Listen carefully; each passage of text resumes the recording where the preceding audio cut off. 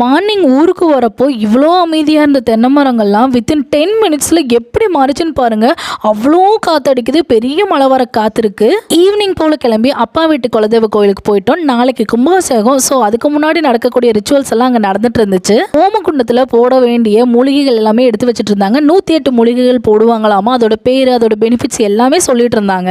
அதெல்லாம் கேட்டுட்டு அப்படியே வெளியே வந்தா வெளியே ஒருத்தர் சூப்பராக ஸ்பீச் கொடுத்துட்டு இருந்தாரு. அதை கொஞ்ச நேரம் உட்காந்து கேட்டுட்டு இருந்தோம். தியாக்குமே இதுதான் ஃபர்ஸ்ட் டைம் இந்த மாதிரி திருவிழாக்கெல்லாம் கூட்டிட்டு வருது. ஸோ அவளுக்கு இதை பார்க்கறதா அதை பார்க்கறதா எதை பார்க்கனே தெரியல, நல்லா என்ஜாய் பண்ணிட்டு இருந்தா. யாகமும் வளர்த்த ஆரம்பிச்சுட்டாங்க. அந்த 108 மூலிகை எல்லாம் போட்டு வர அந்த புகையிலேருந்து வரக்கூடிய ஸ்மெல் ரொம்ப ரொம்ப நல்லா இருக்கும். ஸோ கொஞ்ச நேரம் அந்த புகையில உட்காந்துட்டு இருந்துட்டு சாப்பிட போலான்னு எந்திரிச்சு போனா சாப்பாடு ஆப்போசிட்ல இருக்கக்கூடிய காட்டுக்குள்ள தரேன்னு சொன்னாங்க. சரின்ட்டு போறோம் 2 கிலோமீட்டர் போயிட்டே இருக்கோம்.